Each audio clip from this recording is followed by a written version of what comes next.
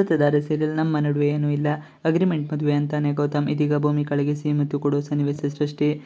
G Kannada ವಾಹಿನಿಯಲ್ಲಿ ಪ್ರಸಾರವಾಗುತ್ತಿರುವ ಅಮೃತಧಾರೆ ಮಲ್ಯವನ್ನು ಸಾಯಿಸಲು ಸಂಚು ವಿಫಲವಾಗಿದೆ. ವಿಷದ ಆಹಾರ ಸೇವಿಸಿ ಶಕುಂತಲಾದೇವಿ ಔಷಧಿ ಸೇವಿಸಿ ಗುಣಮುಕ್ತ ಆಗ್ತಾ ಇದ್ದಾರೆ. ನೀವೇ ಹೇಳಿ ಜಯದೇವ್ ಅವರಿಗೆ ಈ ರೀತಿ ಚೀಪ್ ಟ್ರಿಕ್ಸ್ ಮಾಡಬೇಡಿ ಎಂದು ಶಕುಂತಲಾಗೆ ಭೂಮಿಕಾ ಸಲಹೆ ನೀಡುತ್ತಾ, ಮಲ್ಯನ್ನು ಮನೆ ಸೊಸೆಯಾಗಿ ಒಪ್ಪಿಕೊಳ್ಳಿ, ಇಲ್ಲಾಂದ್ರೆ ಇದು ಮನೆಯಾಗಿರುವುದಿಲ್ಲ ಎಂದೆಲ್ಲ ಭೂಮಿಕಾ ಹೇಳುತ್ತಾಳೆ. ಇನ್ನೊಂದೆಡೆ ಗೌತಮ್ ಆಫೀಸ್ನಲ್ಲಿ ಮೊಬೈಲ್ನಲ್ಲಿ ಭೂಮಿಕಾ ಮುತ್ತು ನೀಡಿದ ಆ ದಿನದ ಘಟನೆ ಫೋಟೋವನ್ನು ನೋಡುತ್ತಾ ಇರುತ್ತಾನೆ. ಆ ಸಮಯದಲ್ಲಿ ಆನಂದ್ ಬರುತ್ತಾನೆ.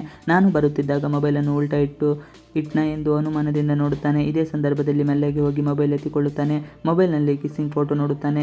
ಆದರೂ ಇಮ್ಯಾಜಿನ್ ಕಾಣೋ ಎಂದೆಲ್ಲ ಗೆಳೆಯನಿಗೆ ಕಾಮೆಂಟ್ ಮಾಡುತ್ತಾನೆ. ಆನಂದ ನನಗೆ ಮದುವೆ ಬೇಡ ಎನ್ನುತ್ತಿದ್ದು ನೀನು ಈಗ ಲೆವೆಲ್ಗೆ ಬದಲಾಗಿದ್ದೆ ಎಂದೆಲ್ಲ ಕಾಮೆಂಟ್ ಮಾಡುತ್ತಾನೆ. ನಾನು ಮೊದಲ ಹಾಗೆ ಇದ್ದೀನಿ, ಏನೂ ಬದಲಾಗಿಲ್ಲ ಎಂದು ಹೇಳ್ತಾನೆ ಗೌತಮ್. ನಮ್ಮಿಬ್ಬರ ನಡುವಿನ ಸಂಬಂಧ ನೀನು ಅಂದುಕೊಂಡಂತೆ ಇಲ್ಲ, ನಮ್ಮಿಬ್ಬರ ನಡುವೆ ದೊಡ್ಡ ಗೋಡೆ ಇದೆ ಎಂದು ಹಳೆಯ ಕತೆ ಹೇಳುತ್ತಾನೆ. ಭೂಮಿಕಾಳ ಜೊತೆ ಮದುವೆಯಾದ ಆ ದಿನದ ಘಟನೆ, ಗಂಡ ಹೆಂಡತಿಯಾಗಿದ್ದರೂ ಫ್ರೆಂಡ್ಸ್ ರೀತಿ ಇದ್ದೇವೆ ಎಂದು ಹೇಳುತ್ತಾನೆ. ಅದುವೇ ನಿಜ ಎಂದು ಆನಂದ್ ಕೇಳ್ತಾನೆ. ಪಾರ್ಟಿಯಲ್ಲಿ ನೀನು ಅಪಹರಣ ಮಾಡಿದ್ದು ಎಂದೆಲ್ಲ ಗೌತಮ್ ಹೇಳುತ್ತಾನೆ. ಅಂದಿನ ಘಟನೆ ನೆನಪಿಸಿ ಆನಂದ್ ಹೇಳುತ್ತಾನೆ. ಇನ್ನೊಂದೆಡೆ ಶಕುಂತಲಾದೇವಿ, ಜಯದೇವ್ ಮಾವನ ಮಾತುಕತೆ ಇರುತ್ತದೆ, ನನಗೆ ಏನೂ ಆಗುವುದಿಲ್ಲ, ನಿನ್ನ ಲೈಫ್ ಸರಿ ಮಾಡುವುದೇ ನನ್ನ ಮುಂದಿನ ಪ್ರಮುಖ ಕೆಲಸ ಎಂದು ಶಕುಂತಲಾದೇವಿ ಹೇಳುತ್ತಾಳೆ.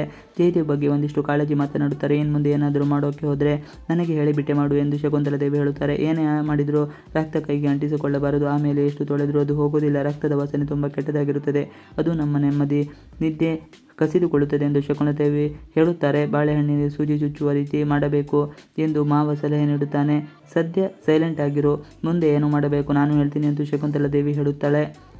ಮಲ್ಲಿ, ನನಗೆ ಯಾವತ್ತೂ ನಿನ್ನ ಜೊತೆ ಇರಲು ಆಗುವುದಿಲ್ಲ, ನಿನ್ನ ಕೋಣೆಗೆ ಯಾವಾಗಲೂ ಬರೋಕ್ಕೂ ಆಗುವುದಿಲ್ಲ, ನೀನು ಗಟ್ಟಿಯಾಗಿರಬೇಕು ಎಂದು ಭೂಮಿಕಾ ಮಲ್ಲಿಗೆ ಸಲಹೆ ನೀಡುತ್ತಾಳೆ.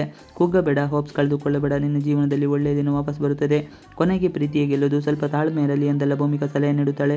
ನೀನು ಧೈರ್ಯವಾಗಿರು, ಜಯದೇವ್ ನಿನ್ನ ಮೇಲೆ ಪ್ರೀತಿ ಬರುವ ಹಾಗೆ ನಾನು ಮಾಡ್ತೀನಿ ಎಂದು ಭರವಸೆ ತುಂಬುತ್ತಾಳೆ.